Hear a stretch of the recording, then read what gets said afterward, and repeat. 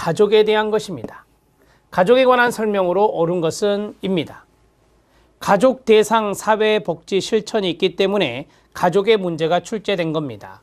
정서적인 기능이 있고 가계 계승과 같은 제도적 기능이 있는데 중시되는 방향으로 변화되는 것은 정서적 기능입니다. 가족은 제도적 기능보다는 정서적 기능이 강화되고 있습니다. 부모, 자녀 관계는 밀착된 관계를 가진 관계일수록 기능적이지 않습니다. 역기능적입니다. 이것도 마찬가지 인간행동과 사회환경에서 배우셨죠. 경계는 밀착된 경계가 있고 분리된 경계가 있고 분명한 경계가 있다 했습니다. 기능적일 때는 분명한 경계 또는 명확한 경계를 말합니다. 분명한 경계, 명확한 경계가 기능적 가족이 됩니다. 틀렸습니다. 가족 문제는 단선적 인과론이 아니라 했습니다. 순환적 인과성, 순환적 인과론으로 설명하는 것이 효과적입니다. 네 번째, 가족은 항상성의 특징이 있습니다. 가족 항상성은 가족 규칙을 활성화하여 지속적인 관계를 유지하도록 한다. 여기서 중요한 단어가 이거죠. 관계 유지입니다. 가족은 규칙이란 게 있습니다. 그 규칙을 활성화해서 그 관계가 유지되게 하는 것을 항상성이라고 말합니다. 맞습니다. 가족 생활 주기가 변해도 역할 분담은 고정되어 있는 것이 적응적이다. 아닙니다. 가족 생활 주기가 변화가 되면 역할 분담에도 변화가 나타나는 것이 좋습니다. 변화가 있어야 이것이 바로 적응적이라고 말할 수 있는 것입니다. 아동기 자녀의 가족에서 청소년기 자녀의 가족으로 바뀌었다. 청소년기 자녀의 가족에서 모든 자녀들이 결혼해서 나가는 자녀 독립 시기의 가족으로 바뀌었다. 자녀 독립 시기의 가족에서 노년기 부부의 가족으로 바뀌었다. 이런 것들이 생활 주기의 변화라고 말할 수 있는데 그 변화가 일어날 때마다 역할 분담은 고정적이 아니라 그것도 변화가 이루어져야 바로 적응적인 가족이라 말할 수 있습니다. 고정되어 있는 것이 아니라 그래서 답은 4번이 답이 됩니다. 27번 문제는 어렵지 않습니다. 충분히 여러분들이 기본적인 가족에 대한 개념을 알고 계신다면 문제를 풀 수 있습니다. 28번 문제 들어갑니다. 답은 4번입니다. 28번 문제 집단 프로그램 유형별 끊어요. 지도자의 역할로 옳지 않은 것은 입니다. 앞에 집단 프로그램 유형이 나왔습니다. 한부모 가족 자조 모임, 중간관리자 역량 강화 프로그램, 애니어그램을 통한 자기인식 향상 프로그램, 우울증 인지행동 치료 프로그램, 중도 입국 자녀들의 한국 사회 적응 프로그램이 있습니다. 이게 프로그램 유형들입니다. 오른쪽에 있는 게 뭐냐? 집단 지도자의 역할입니다. 다른 말로 한다면 집단 사회복지사의 역할이 되겠습니다. 한부모 가족 자조 모임입니다. 자조 모임에서 감정이입적인 이해, 공감과 상호 원조의 촉진자가 사회복지사의 역할로 가능합니다. 한부모 가족의 어려움들이 있습니다. 공감해주면 좋겠죠. 그리고 서로 자조 모임이니까 상호 원조가 잘 이루어질 수 있도록 촉진해주는 역할이 집단 사회복지 역할로 좋습니다. 중간관리자들의 역량 강화 프로그램입니다. 중간관리자들을 모았습니다. 소집단을 모아서 역량을 강화하는 프로그램. 집단 토의를 위한 구조 제공자라 했습니다. 중간관리자들을 토의할 수 있도록, 중간관리자들이 토의할 수 있도록 어떠한 구조화를 이끌어낸다면 집단 사회복지사 역할로 안성맞춤입니다. 애니어그램이 있습니다. 애니어그램은 9가지의 성격 유형 지표를 알아보는 겁니다.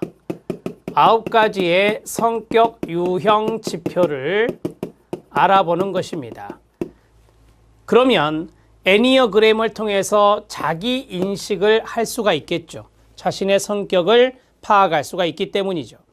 자, 이랬을 때 사회복지사는, 집단 사회복지사는 통찰력 발달의 촉진자 역할을 할 수가 있습니다. 여러분 여기에서 자기인식 향상이란 말이 일종의 통찰력입니다. 아, 내가 이런 성격의 소유자구나 이렇게 이해할 수 있게 도와주는 게 애니어그램입니다. 맞습니다. 우울증, 인지, 행동, 집단 치료입니다. 쉽게 말씀드리면 인지행동 프로그램을 우울증이 있는 분들을 모아놓고 했다는 거예요. 무력감 극복, 이런 것이 우울증 치료죠. 우울증 치료에서 무력감이 극복될 수 있는 거니까 그것을 위한 옹호자? 아닙니다. 자, 여기서 치료 프로그램을 집단사회복지사가 하는 거예요. 그러니까 옹호자가 아니라 치료자가 되는 겁니다. 치료자가 되는 거예요. 또는 변화 매개자라는 말을 쓸 수도 있겠죠. 중도 입국 자녀들이 한국 사회에 잘 적응할 수 있는 프로그램을 집단사회복지사가 한다면 프로그램 디렉터가 될 수 있습니다. 디렉터, 프로그램 감독자라는 뜻입니다. 자, 프로그램을 관리 감독하는 집단사회복지사들이 바로 중도 입국 자녀들의 한국 사회 적응 프로그램을 지도할 수가 있을 것입니다. 맞습니다. 자, 답을 4번으로 처리하시면 되는데 4번이 쉽게 풀렸어요. 우울증 환자들을 모아놓고 인지행동 집단치료를 한다면 당연히 치료자 역할이겠죠. 이건 옹호자의 역할이 아니라 치료자의 역할로 보시면 됩니다. 답은 4번이고 28번 문제 체킹하셔야 됩니다. 29번 문제 들어갑니다. 29번은 가족치료 모델이 나왔습니다. 포엔의 다세대 체계 이론인데요. 또는 다세대 가족치료라고도 합니다. 자, 옳은 것을 모두 고른 것은입니다. 포엔이 강조했던 단어 중에 하나가 자아분화입니다. 자아분화 수준이 낮은 부모는 미분화에서 오는 자신들의 불안이나 갈등을 두 번째 중요한 단어 나옵니다. 삼각관계를 통해 회피하려고 합니다. 그럴 때 희생양은 자녀들이 됩니다. 맞습니다. 나 입장 취하기. 이거는 보엔의 치료 기법입니다. 나 입장 취하기는 타인을 비난하는 대신에 자신이 생각하고 느낀 바를 말하며 탈삼각화를 촉진하는 것입니다. 여기서 중요한 단어가 또 나옵니다. 탈삼각화라고 하는 것이 있습니다. 나 입장 취하기는 말 그대로 나 자신의 생각, 느낀 바 이런 것들을 이야기하는 겁니다. 만약에 자녀들이 있다. 자녀들이 있을 때 자녀들이 이러한 것을 말할 수도 있고 여기 기억에서 예를 들어서 자아분화 수준이 낮은 부모가 있다. 그럼 부모가 자신이 생각하고 있는 느낀 바를 이야기한다. 그래서 탈삼각화를 이끌어낼 수 있는 게 나 입장 취약입니다. 맞습니다. 가족 조각이 눈에 딱 띄시죠. 가족 조각은 경험적 가족 치료입니다. 경험적 치료라고 쓰겠습니다. 가족 조각으로 가족에 대한 인식을 시각적으로 표현하고 이해하도록 돕는 것은 사티어의 경험적 치료입니다. 탈락입니다. 가계도. 가계도는 누가 고안했죠? 네, 포엔이 고안한 겁니다. 가계도를 작성하고 해석하면서 가족의 정서적 과정을 가족과 함께 이야기한다. 맞습니다. 정서적인 측면을 표시할 수 있는 것이 바로 가계도가 되니까요. 그러면 기억과 니은과 리을이 맞는 내용이 되겠습니다. 29번은 가족 치료의 문제였습니다. 가족 치료를 공부를 잘 해놓으셔야 돼요. 깊이 있게 나와요. 기억, 니은, 기억과 니은과 리을이죠.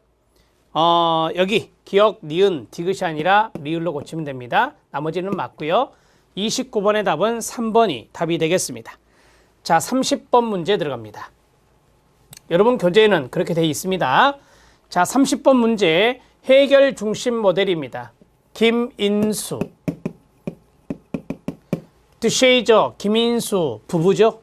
자, 해결 중심 모델에 관한 설명으로 옳은 것은입니다.